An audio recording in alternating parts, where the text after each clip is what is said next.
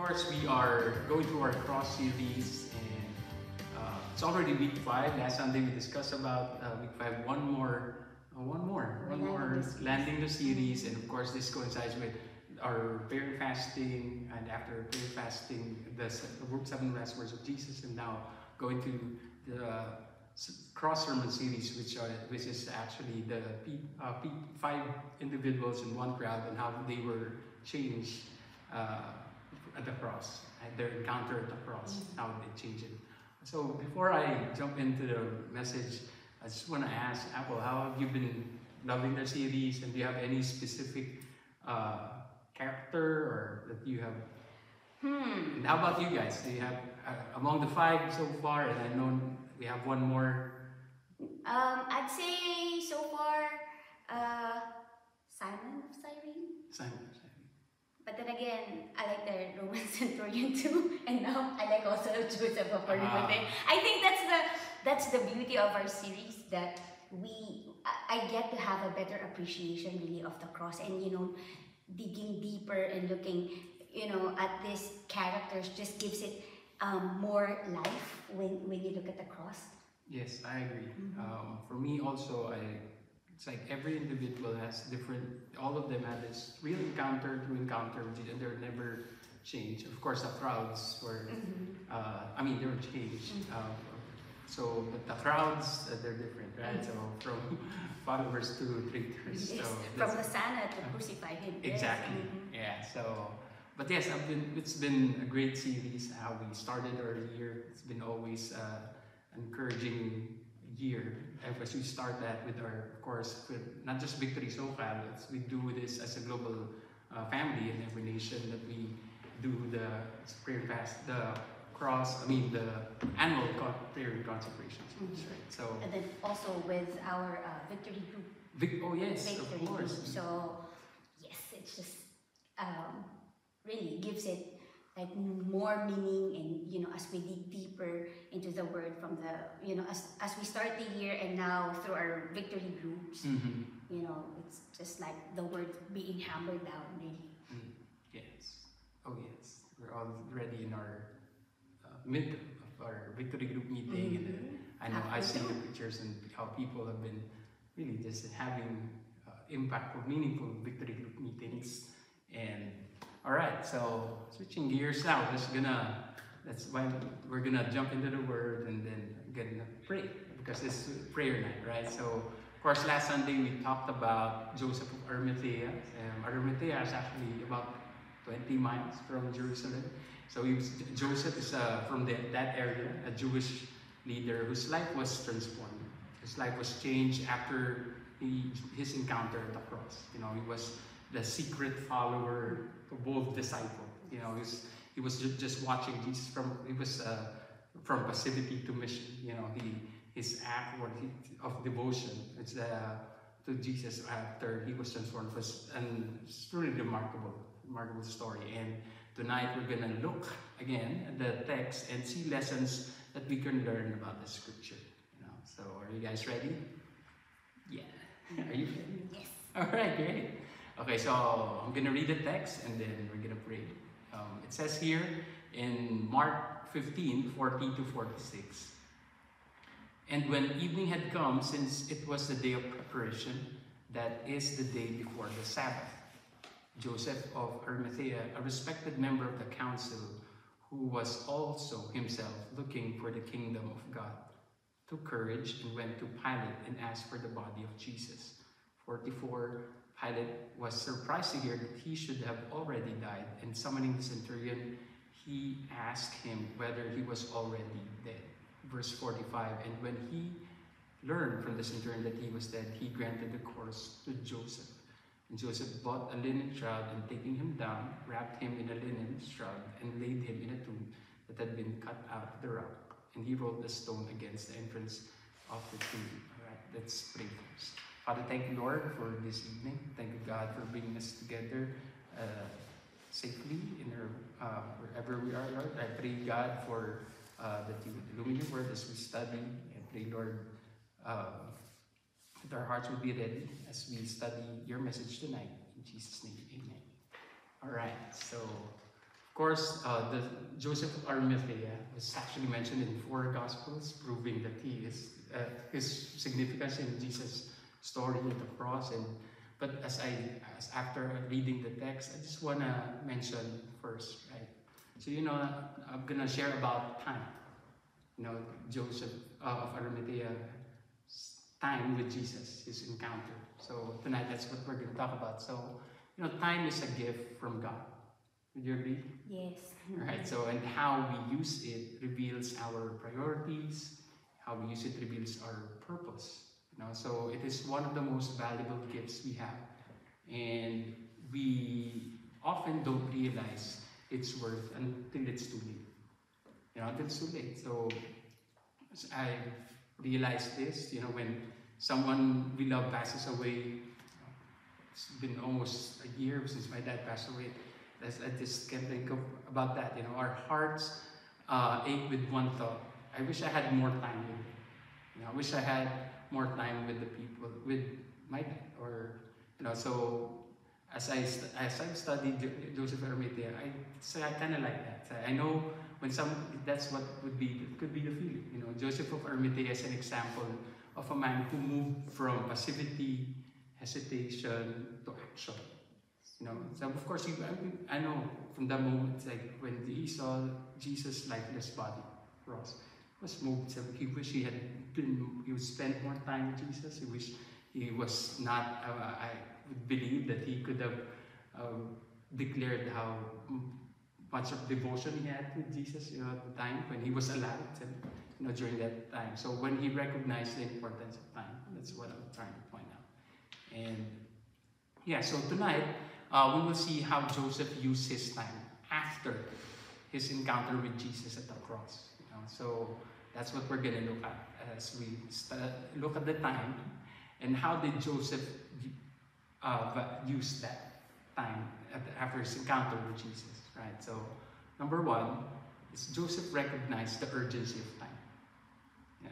So he recognized the urgency of time. Where did I get that? So from the text that we read, actually, in Mark 15:42 to 43, it says here, and when evening had come, since it was the day of preparation, that is the day before the Sabbath, Joseph of Arimathea, a respected member of the council, who was also himself looking for the kingdom of God, took courage and went to Pilate and asked for the body of Jesus. So of course, Joseph, who's as mentioned as we read here, a respected member of the council, understood the urgency of the time when Jesus had died on the cross. There's an urgency to act. So time was running out. Of course, Jesus died at 3 p.m. and Sabbath was approaching. Of course, the day of preparation was ending. It was before sunset. Of course, it happened on Friday. So, and Joseph knew he had to move immediately. There's an urgency when he saw Jesus' lifeless body. There was a call of urgency for him to do. So it was actually, as we go into the text, the day of preparation, because Jews prepared everything needed in advance. When they we talk about the Sabbath, but even if it's it would be the day after that. They had to prepare everything. The meals, Jewish preparations, and of course on the Sabbath, no works to be allowed. That's why there's an urgency for him to act. From 3 p.m. before sunset, he needs to act. So he recognized the urgency. Of course, the Jewish leaders wanted to remove the bodies quickly because of the Sabbath. Yeah, as I mentioned, Jewish law required that bodies should not remain at the cross. And of course, this was actually specifically mentioned in John 19:31. As I mentioned, it was Joseph of Arimathea's story is mentioned before for the Gospels, right? It says here, since it was the day of preparation, and so that the bodies would not remain on the cross on the Sabbath, for that Sabbath was a high day. The Jews asked Pilate that their legs might be broken away, that they might be taken away. Of course, Jesus' body was pierced in verse 34, and we see it started with no bones were about Jesus, talking about Jesus' body, right? So now Joseph didn't act quickly. See here, Jesus' body would have been left unburied. Think about that. Of course, Joseph is someone, he's a follower of Jesus, he loves Jesus. If he didn't act quickly, that Jesus' lifeless body would just be there, subjected to shame. Scavengers, animals, birds or dogs would just eat it. And would just eat Jesus' body and further, of course, dishonor. Again, he was a convicted, he was a criminal. In the Roman point of view, he was a criminal. But he saw the urgency. Again, Joseph was not. It's not a family member. It's not a. Very few know him about. He was not. He was a secret disciple. But in the end, he moved from. He saw the urgency. The time was running out. He needs to take. He recognized the time. The importance. So as we look into this first point about this teaches us that when God puts an opportunity in front of us, we have to acknowledge that there is an urgency. So that there's an urgency as well, and we don't always have the time to hesitate. It's like, okay, is it for me? Should I do this? No. So many of us hope for more time, but like Joseph, we must realize that sometimes there isn't more time. And even if you feel like, oh, this is not my responsibility, should it's something that I should do, but if it's that's from God, it is something that you need to act upon.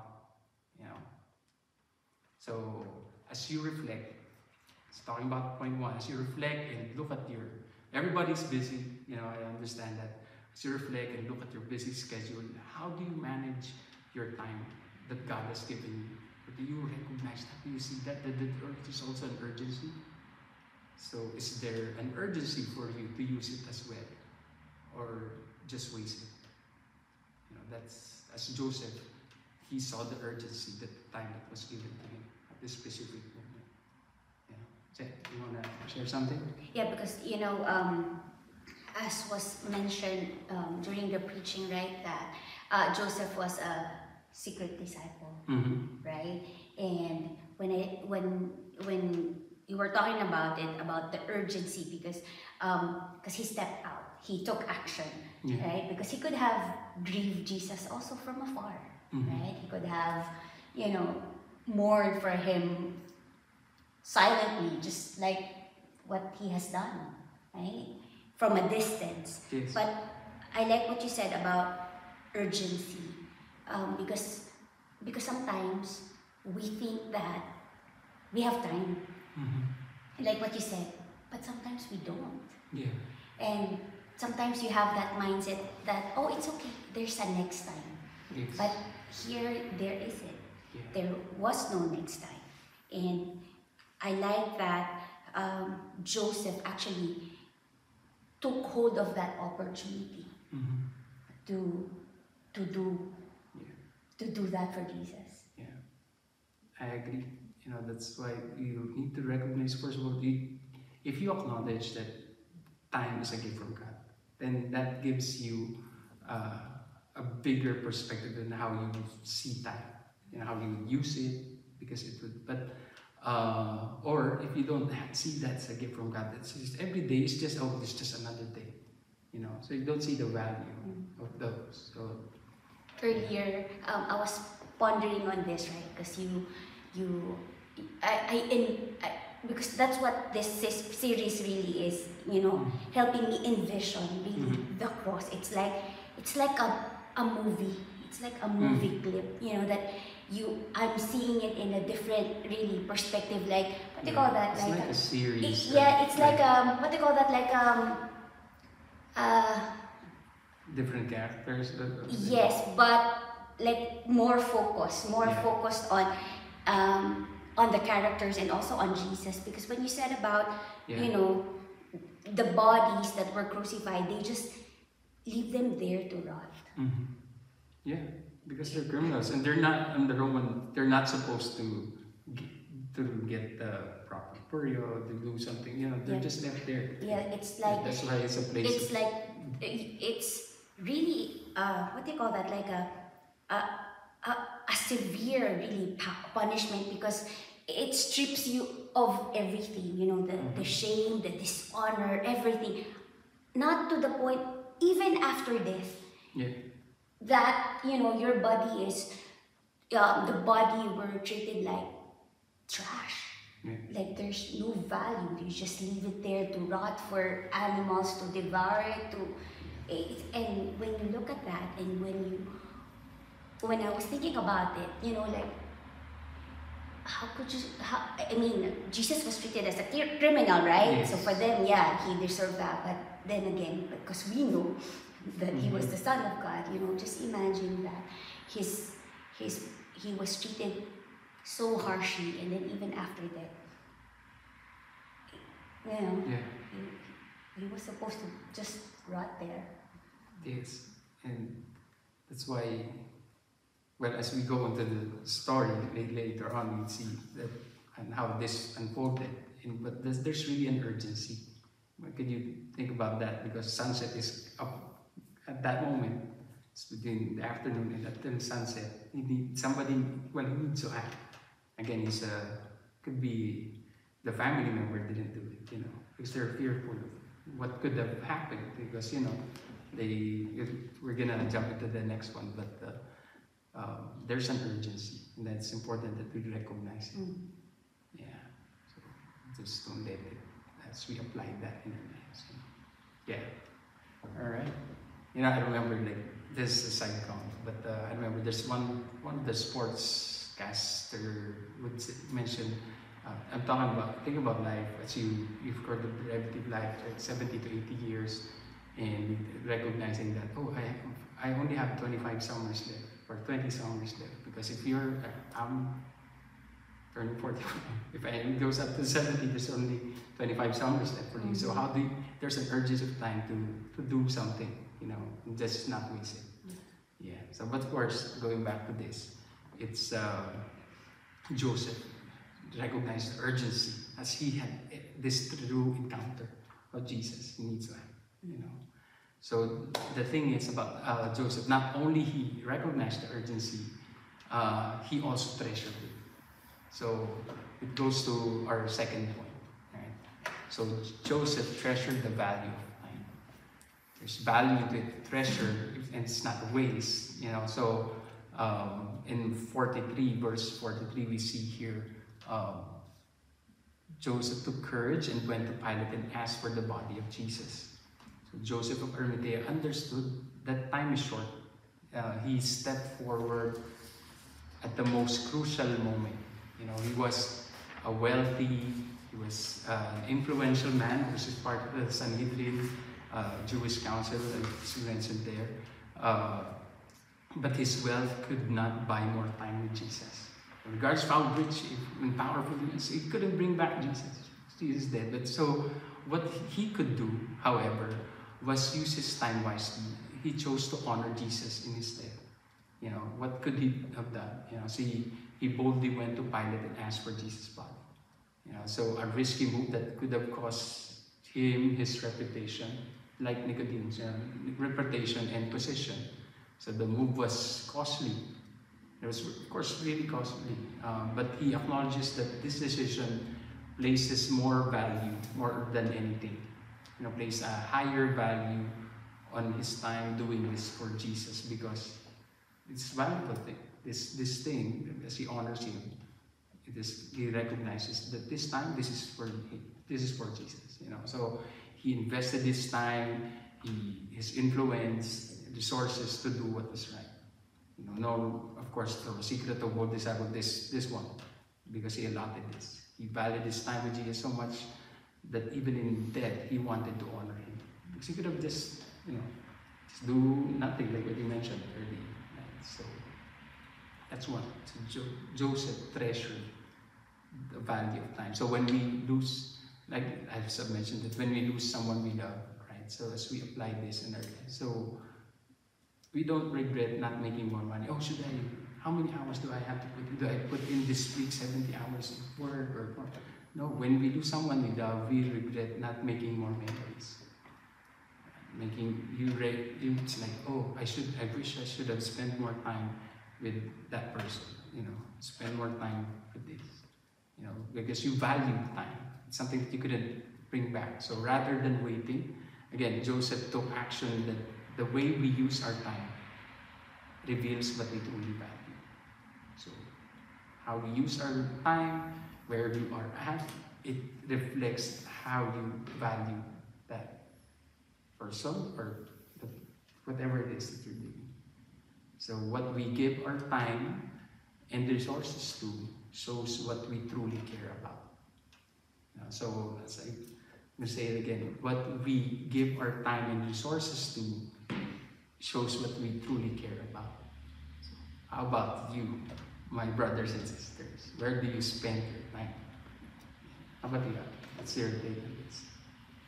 Well, like what you said about, you know, when you're about to face death, I mean, you don't think about, you know, I should have worked more and, you know, earned more, but we regret, the regret really is, you know, not making more memories. And this just reminded me of, was it week 2 when the warm-up question in our victory group meeting was, what is your biggest regret in life? You know, and I think that's what time is all about, right? Are we, because it's the greatest resource, really, gift that we have received from the Lord. But the question is, are we being a good steward of the time that we have been given? Yeah, yes, I agree. And as you look at this situation, Joseph valued his time, even if at the death he wanted to honor him, valued that, you know. So. And that just shows really his devotion, you know, to Jesus, to do something, you know, even, you know, in his death, right? And I think that's how it is also, like for us, you know, when we lose a loved one, we honor them. We want to honor them still, you know, while we live, and we honor, you know, their memories. We honor them, we remember them, and we want to do things to, you know, honor their memories. Yes, I agree. Because lately, this this series has been really moving and impacting me in so many different ways. Like, I appreciate the series, and every week that when we would study different, it's just it's truly encouraging. And I have a better appreciation across, and you know, it's like, oh, this one, it reminds me about how I value my time. It's encounter, and it's just different. In series is a different encounter with him. So truly, but as we look into this, it's just valuing time. Yeah. All right. So actually, when you mentioned about devotion, this actually goes to our third point. You know, so. We can see how Joseph uses time as he devotes it to Jesus. It's really personal. You know, Joseph showed on the third point here. Joseph showed his devotion through his time. You know, so in verse 45 to 46, he says here, and when he learned from the centurion that he was dead, he granted the corpse to Joseph.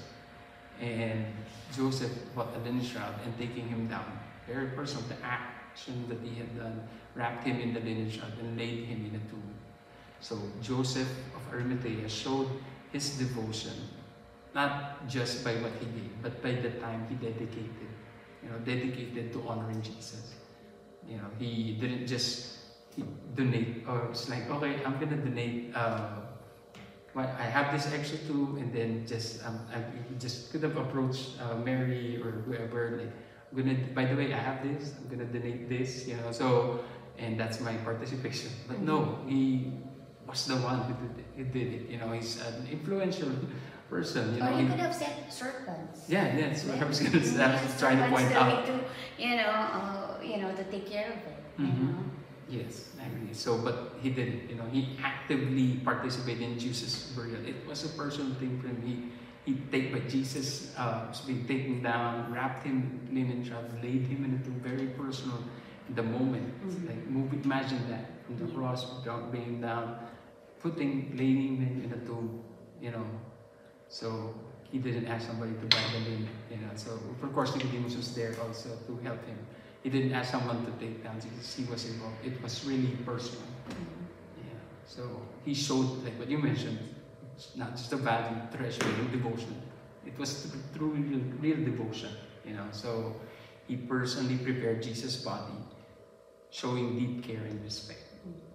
I think we really love someone. That's how you do it, you know. Show deep care and respect. Of course, he prioritized his time to serve Jesus, even at personal cost.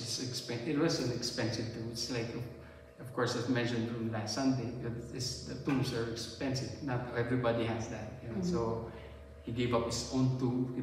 Could be for his family, proving that Jesus is more important than his wealth or status. You know, his devotion was evident in his willingness to take risks for his faith. So you see that because it was risky, but yet he did it because out of his devotion for him. He really had this true encounter with him, and that is an act of devotion. Yeah. You want to say something? No, I think when I look at Joseph, right, I like that because he had influence, he had resources, right, and he used that actually to serve Jesus.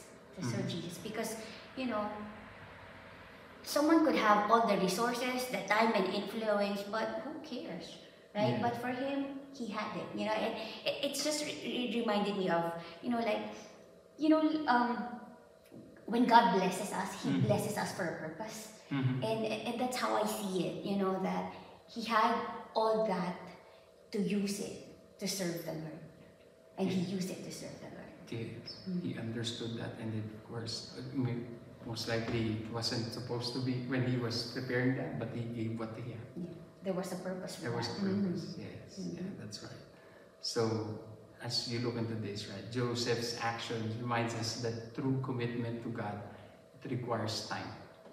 Because it was the time spent in His presence, time dedicated to His purposes. Like you mentioned, it has a purpose. So, as I ask you guys, how much of your time do you dedicate to Him?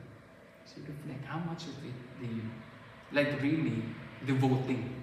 It's not just because there's a task that I have to do. It's something that, oh, it's a routinary thing for me. Oh, that if you're like with your spouse, okay, let's do it. Just get it over with. Right? No, how much of this are you excited? Are you looking for? Are you devoted to this? Because is this something that you just task that you need to do, or is it something that do you really devote your time? Because you devote your time to something or someone that you value. Yeah. Right? Because if that thing doesn't have any value, or that person doesn't have any value, why would you spend that? So, because sometimes I think, you know, sometimes we say, yeah, I love the Lord, but really does it translate to, you know, the way we live, you know, to actions? Right? Yes. True. Yeah. And when you see this, right, you see the value. But as you apply this, the challenge is, how much of this will you apply? Exactly. Yes. You know? Yeah. Yeah. So. Yes, because the danger here is sometimes we know so much, but it really doesn't translate and really penetrate in our hearts, you know, and then to be translated in the way we live our lives really becomes a lip service. Yeah. So if you value, it's like how much we devote, and when we look at that, when we dedicate our time to God, it's especially how much of that do you dedicate, right? So it reflects our love and commitment to Him, right? So if you're gonna see it, how much of it do you dedicate? Right? So go ahead and read. How about you guys? What's your take on this one? About valuing time and resources? Let's read from Jane. This reminds me of a past discussion about how our days are numbered, and that life truly is short. Makes me think, am I pleasing and honoring God with how I am using the time gifted to me? Yes, that is true. I agree with that.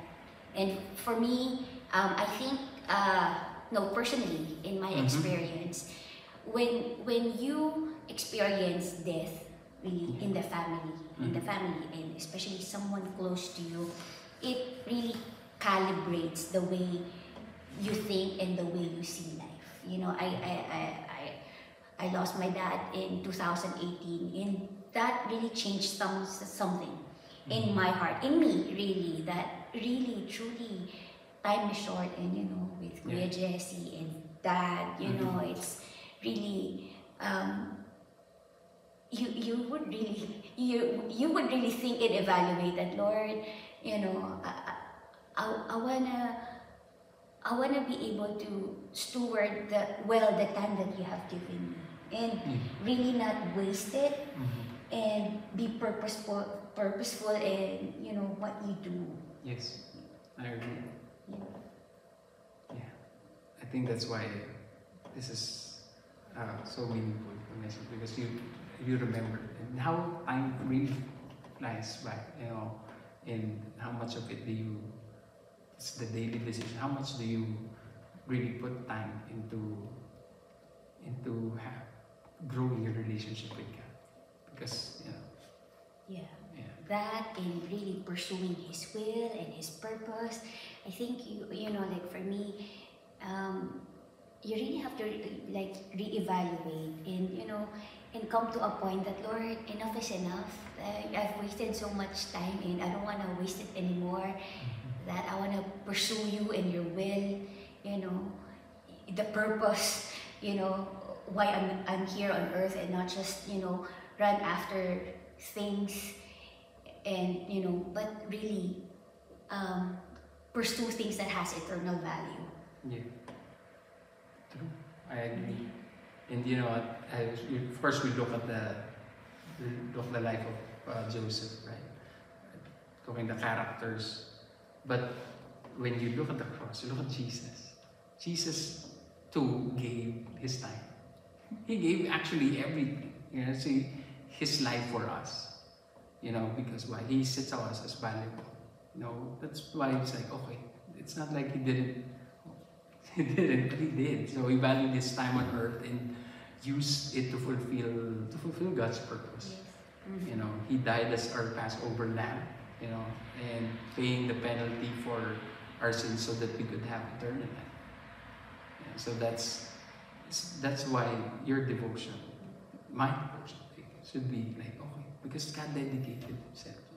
See, so it's not like it's a one-way thing. Jesus initiated first for us, you know.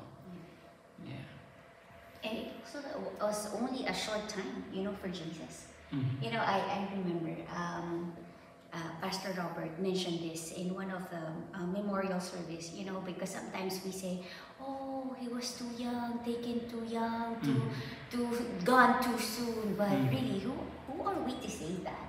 You know, when your purpose is done, that's it. Yeah. That's it. And you know, for Jesus, when you look at his life, he lived his life really with a purpose. Yeah. And he completed that. He finished that. Yes. Yeah. Yeah. On the cross. Yeah, it's amazing, like when you allow God to use you for his purpose, right? Because you look at, actually, when you look at Joseph or Arimathea, it was part of the prophecy. It was part of the fulfilled prophecy from Isaiah 53:9. He didn't know that. He didn't know that. Didn't I mean, know like, that, he but just, yes, yes, right? Yes. Imagine that. You know, it says there, rich man is dead, although he had no violence, there was no deceit, there's no. He was part of that. God used his decision, made it to be part of the fulfillment of God's plan. It's part of the redemption plan. It's part of a prophecy. Isn't that truly amazing? Yeah. And if you, for us, of course, as believers, if we recognize and understand that there's an urgency, you know, no way. It's not like, oh, it's just time to just go by. You know, oh, it's another mundane thing. Oh, so you enjoy it because there's an urgency with God. So as believers, our response, right? As we go to this and as we wrap this up, as believers, our response to Him is to understand the urgency of time. So when God calls you to act, don't delay. Don't say, oh, I'll do this next year. Oh, what's God telling you to do for this year? Okay, you prayed about it. Do now. Because it's urgency. Really. If there's urgency, it's now. Oh, maybe it's my. Sometimes you think, oh, maybe I let my friend or my victory group member do it. Maybe this one is speaking. Maybe you're thinking about, oh, the message is just not for me, right? So it's for, oh, this one. If you're hearing this message, I feel like this one is for you. It's not for your spouse, not for, right? So to recognize the urgency of time, right? So yes, so I think go ahead and read the comment. I think I couldn't see on my phone. Wait. From Gabby, time is the only thing that we can get back. When it's lost, it's lost. We have to make each second count and use it to grow in our walk with God and use it for God's purpose. That is true. Yes. Yes. Yeah. Time, when it's spent, it's gone. Yeah. It's not something you can earn back, right? That's why we always regret, you know. I wish I could, you know, have done this or more, but no. That's why, like what you said, there's urgency. Yeah. And sometimes the regret that leaves you, I mean, that drags you from moving forward to the urgency of, right? Isn't that? So again, how Joseph recognized the urgency of time, right? In this story, and we're gonna look at when God calls you to have, don't delay, value your time. That's the second point, right? Don't wait until it's too late to cherish those around you and serve God wholeheartedly.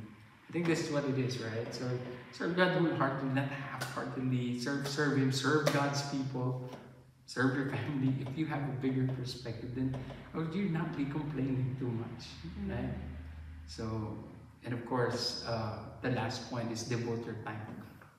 You know, devote it. Sometimes we complain to ourselves, what's my purpose? What am I doing? You know, true commitment requires not just giving resources, but dedicating your time to serve Him. That time to know and understand His plan and purposes for you. Right? So, yeah, so that's our message for this evening. Anything you want to add before we go to our prayer?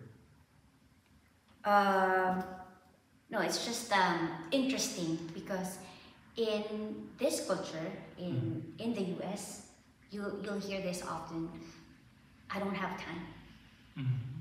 Right? I don't have time. But really, we all do. We're all given 24 hours a day. But the question is, really, are we making good use of that time? Yeah. Because when we think about, you know, and I think that's the tension sometimes, because when you think that you don't have time because, you know, you're pursuing other things and then you're setting God aside and like, you know, when I reach this certain level or maybe when I'm not too busy, then I'll serve the Lord. It will never come. Yeah. It will never come. Yeah. I think what's the challenge here is that it's so easy to drop our time with God when busyness happens. It's like, oh, He's with me the least. I mean, being honest with as you look at your schedule, really, how much of it do you devote? Yeah, that's the sad truth. Yeah, that's why it's God, yeah. Because when you think, when God tells you, like, it's time for you to do one-to-one with someone. Time for you to step up, go to church, to serve, you know, to meet someone and share about Jesus. Yeah, serve. It's like, instead of complaining, why don't you serve? You know, like, be part of a victory group. Like, instead of that, so devote your time. Don't serve the application of this, you know, this next steps into this. All right. Okay.